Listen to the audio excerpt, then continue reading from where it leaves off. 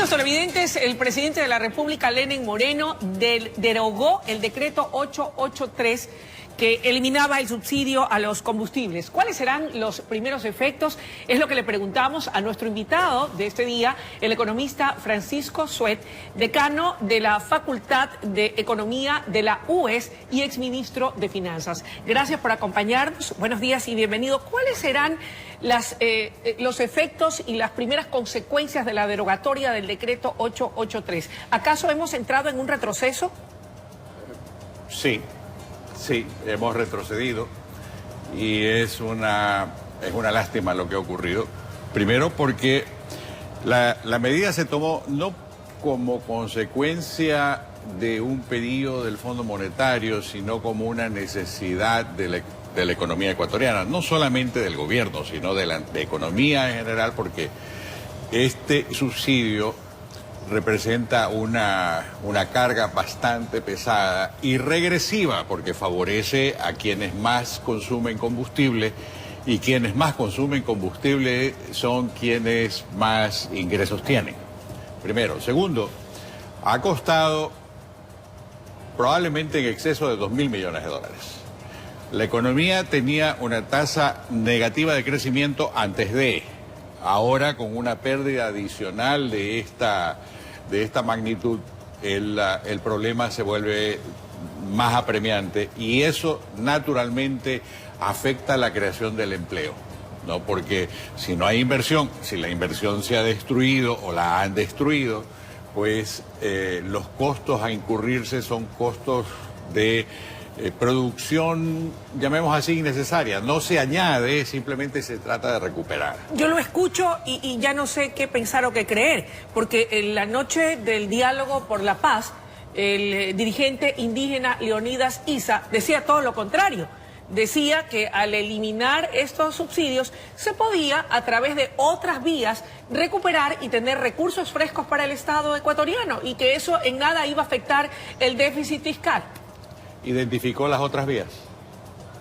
Dio algunas ideas o sugerencias, como por ejemplo, si la memoria no me falla, dijo algo relacionado con el tema de algún tipo de acuerdos, convenios o impuestos a las telefónicas celulares, por citar un caso. Me parece que de una u otra manera dejó entrever que por allí no era la salida, que la calentura no estaba en las sábanas, no utilizó esos términos precisamente, pero dijo que había otros mecanismos. A ver, es que es fácil decir otros mecanismos, hágalo de otra manera, pero sin que lo que se proponga pues o sea viable o sea práctico. El caso de las telefónicas no es negocio ni debe de ser negocio del Estado el estarle sacando dinero a las telefónicas, sino el asegurarse que los usuarios tengamos el mejor servicio posible en competencia abierta a los precios más convenientes para nosotros, porque este es un tema de los ciudadanos, no es un tema de ganancias para el Estado. Es así de simple. Bien, ahora, dígame algo, la dolarización como tal, y eso también lo dijo el señor Issa, no está en riesgo.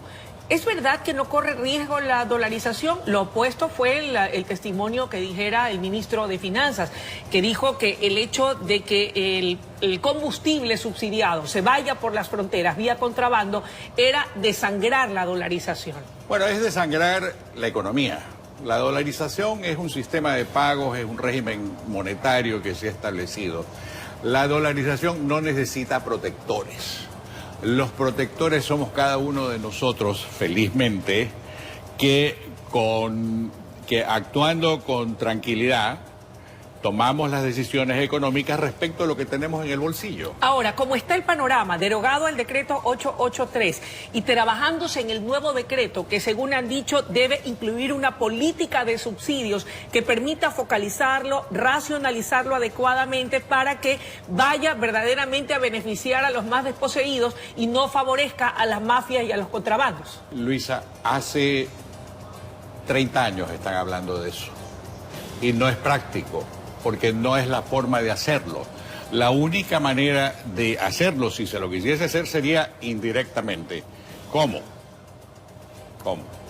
Asumamos que Petroecuador no tiene nada que ver con esto, más allá de que Petroecuador sigue siendo afectada en la medida en que esos recursos no regresan a Petroecuador, porque Petroecuador es el que escribe los cheques para comprar la gasolina y el diésel y el gas en el exterior, y de cada dólar que se vende recupera 54 centavos. Bien. O sea que para Petroecuador es un negocio ruinoso en el que los ecuatorianos nos gastamos una tercera parte de todos los ingresos petroleros, ¿ya? Pero dicho eso, asumamos por el momento que esa situación no existe. Lo que sí, la única manera de hacerlo es que los ingresos van al Banco Central, donde mismo van a tener que ir.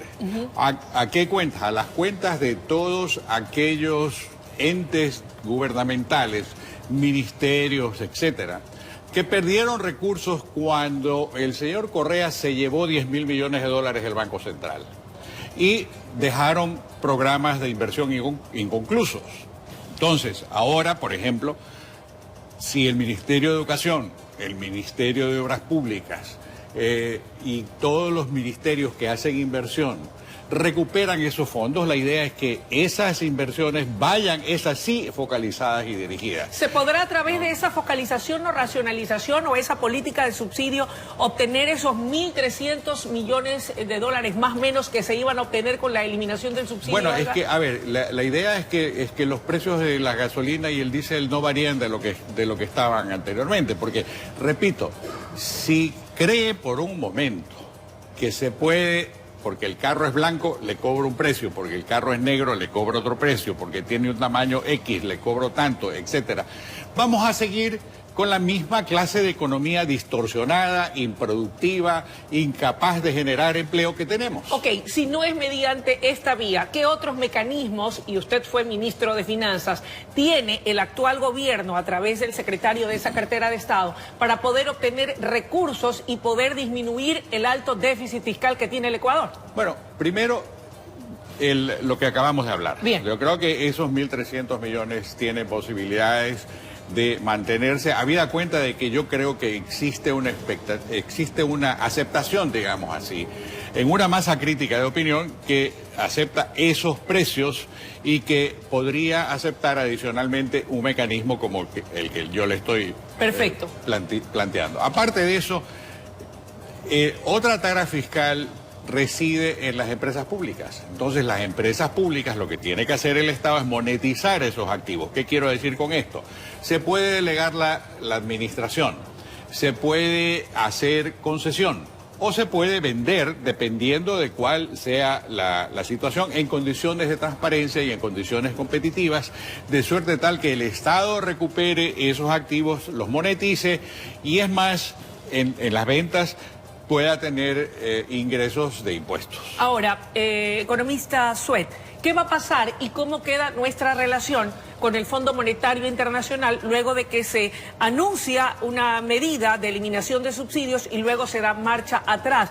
¿Seguiremos siendo beneficiarios de futuros desembolsos o eso estará por verse? No, yo creo que ese es el menor de los problemas, porque es evidente que ha habido una conmoción grave dentro del país.